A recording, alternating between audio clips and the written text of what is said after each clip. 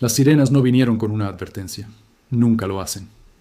A las 2:47 de la mañana, cada sistema de alerta a lo largo de todo Israel se activó simultáneamente, desde la frontera norte hasta las ciudades costeras, llegando hasta el Negev. Y lo que siguió en los siguientes 11 minutos fue algo que el mundo nunca había visto antes. El mayor bombardeo único de misiles balísticos y municiones de racimo, jamás, lanzado contra una democracia en funcionamiento en la historia moderna. Y antes de que pienses que ya conoces esta historia, antes de que pienses que has leído los titulares y que entiendes lo que pasó, quédate conmigo porque lo que estoy a punto de decirte no es lo que dicen los titulares. La verdadera historia de lo que ocurrió anoche, por qué ocurrió y lo que viene después, es algo que la mayoría de la cobertura está entendiendo completamente mal. Y para cuando este video termine, entenderás por qué las decisiones que se están tomando ahora mismo en salas que el público no puede ver afectarán no solo a Oriente Medio, sino a tu economía, tus facturas de energía, tu cuenta de jubilación y el orden global del que depende cada país. Empecemos con las armas, porque la elección de armas en este ataque es la señal más importante que se envió anoche, y es una señal que casi todos están pasando por alto.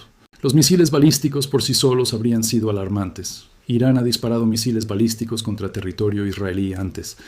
El bombardeo de abril de 2024 fue el primer ataque directo iraní contra Israel desde suelo iraní. Y el mundo quedó impactado. Pero ese ataque, a pesar de todos los titulares que generó, fue principalmente una demostración. Fue Irán diciendo, podemos alcanzarte. Una prueba de capacidad, no un acto de guerra en el sentido estratégico más completo. El mundo recibió ese mensaje. El cálculo que estaba diseñado para cambiar, cambió. Y luego el conflicto continuó escalando. Lo que ocurrió anoche no fue una repetición de abril de 2024. Fue algo categóricamente diferente porque anoche Irán añadió municiones de racimo al bombardeo y esa única decisión cambia todo sobre cómo tienes que interpretar este ataque. Las municiones de racimo no son armas de precisión. No es para eso que están diseñadas. Las armas de precisión están construidas para golpear un objetivo específico con el mínimo efecto colateral. Las municiones de racimo están diseñadas para saturar un área, para crear docenas o cientos de puntos de impacto simultáneos a lo largo de una amplia zona geográfica, para abrumar los sistemas de defensa puntual, para obligar a un defensor a responder a muchas amenazas simultáneas a la vez en lugar de un solo ataque concentrado. Cuando disparas municiones de racimo en un área urbana del tamaño y la densidad de Tel Aviv, no estás intentando destruir un objetivo específico. Estás haciendo una declaración. Estás diciéndole a cada gobierno del mundo en el lenguaje militar más claro posible que las reglas de enfrentamiento que han gobernado este conflicto, hasta ahora, ya no son las reglas por las que te consideras obligado. Y esa declaración, entregada en forma de un sistema de armas en lugar de un comunicado diplomático, es lo que cada agencia de inteligencia y cada planificador militar en la Tierra despertó esta mañana y ahora está leyendo con extremo cuidado. Ahora necesito decirte por qué esto ocurrió anoche específicamente. Porque el momento nunca es aleatorio con Irán. La doctrina estratégica iraní que ha gobernado su uso de la fuerza militar durante 4 décadas se basa en un solo principio. Respuesta calibrada. No actúas por emoción. Actúas en el momento preciso en que tu acción producirá el máximo efecto estratégico en relación con el costo que estás aceptando. Y el costo del ataque de anoche es enorme. Irán ha cruzado un umbral que cambia su posición internacional de maneras que tardarán años en desarrollarse por completo. La decisión de cruzar ese umbral no se tomó a la ligera.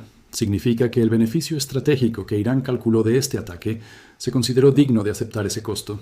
Y para entender cuál fue ese beneficio, tienes que entender lo que ha estado ocurriendo en las 6 semanas antes de que esas sirenas comenzaran. En esas 6 semanas, ataques estadounidenses e israelíes degradaron una parte significativa de la capacidad militar convencional de Irán. El 92% de los mayores buques navales de Irán, comandantes superiores del IRGC eliminados, infraestructura energética dañada de maneras que ya están afectando la economía doméstica iraní. Y además de todo eso, un canal indirecto mediado por Pakistán produjo un acuerdo sobre Hormuz que desde la perspectiva de las facciones de línea dura del IRGC parecía incómodamente como un reconocimiento de debilidad.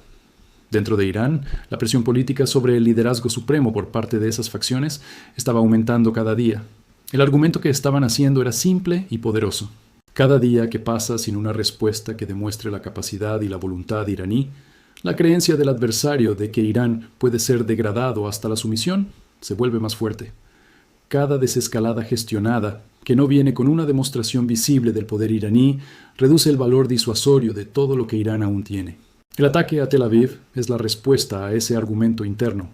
Es el liderazgo supremo de Irán diciéndole a las facciones de línea dura que la postura de resistencia no ha sido abandonada, que la capacidad existe, que la voluntad existe y que el momento fue seleccionado con la precisión estratégica que siempre ha definido la toma de decisiones militares iraníes en sus momentos más consecuentes. Pero aquí es donde la historia va más allá de la estrategia militar y entra en algo que afecta a cada persona que está viendo este video, porque las consecuencias económicas de lo que ocurrió anoche ya se están moviendo a través del sistema global y se están moviendo rápido. Cuando los mercados abrieron esta mañana, abrieron en un mundo mediblemente más peligroso que el mundo en el que cerraron ayer. El petróleo se movió con la violencia de un mercado que ha tenido una suposición, la suposición de que este conflicto, por serio que fuera, todavía operaba dentro de límites implícitos que impedían que se convirtiera en el tipo de guerra regional a gran escala que realmente amenazaría el suministro energético global. Esa suposición ha desaparecido esta mañana. Y cuando una suposición fundamental desaparece del mercado que fija el precio del insumo del que depende todo lo demás en la economía global, la revalorización no es suave ni es lenta. El mercado de seguros para el tránsito de petroleros a través del estrecho de Hormuz es el indicador en tiempo real más sensible que tenemos de cómo el sistema financiero está evaluando el riesgo de conflicto en el Golfo.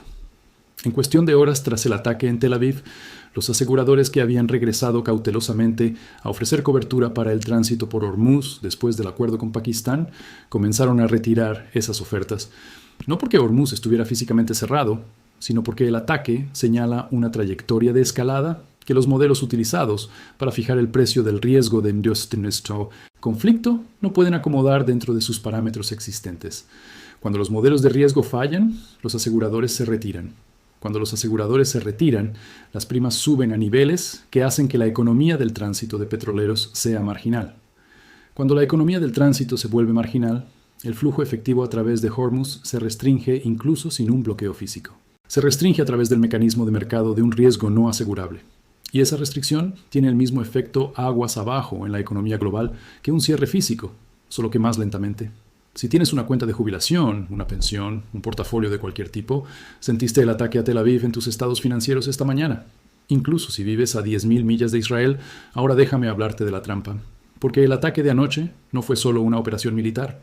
Fue una trampa diseñada por personas que han estudiado la toma de decisiones israelí durante décadas. Israel tiene la capacidad militar para ofrecer una respuesta de enorme poder destructivo. Eso no está en duda. Lo que está en duda es que logra estratégicamente cualquier respuesta dada.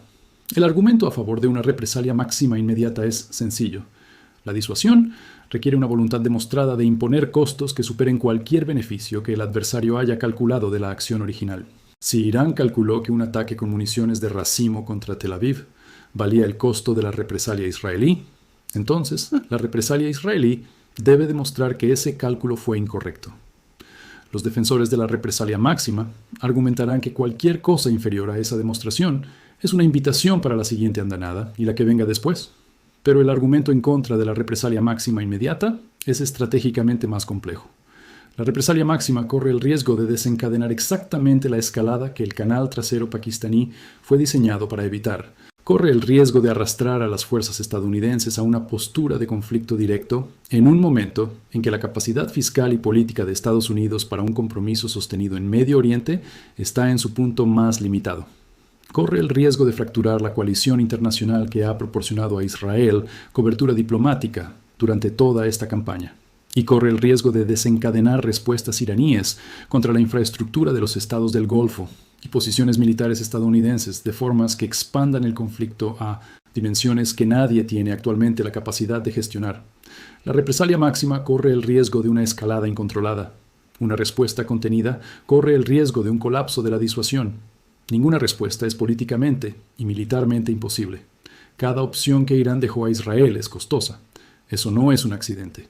Esa es la arquitectura del ataque diseñada específicamente para forzar una elección entre opciones que todas implican costos serios.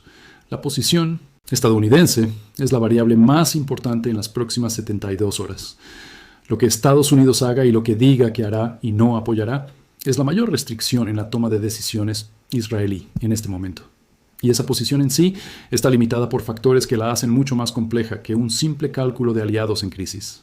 39 billones de dólares de deuda nacional, un proceso de retirada de bases de 3 posiciones aún en curso, el acuerdo con Pakistán que una respuesta israelí suficientemente masiva podría colapsar en cuestión de horas, un entorno político interno donde los precios de la energía determinan los resultados electorales. Todos estos factores están presionando a los responsables de la toma de decisiones estadounidenses simultáneamente. Y el mensaje que Washington envía a Jerusalén en las próximas 12 horas, el mensaje real a través de canales militares y de inteligencia directos, en lugar de declaraciones diplomáticas a la prensa, será la comunicación más trascendental en las relaciones internacionales en mucho tiempo. Ese mensaje casi con seguridad contendrá tanto apoyo genuino como límites reales. Estados Unidos afirmará el derecho a la autodefensa, proporcionará inteligencia y refuerzo de defensa aérea, pero también comunicará a través de canales que preservan la dignidad israelí, mientras hacen innegable la restricción de que ciertas categorías de respuesta no tendrán respaldo estadounidense. Ataques que cierren Hormuz nuevamente antes de que la situación económica se estabilice.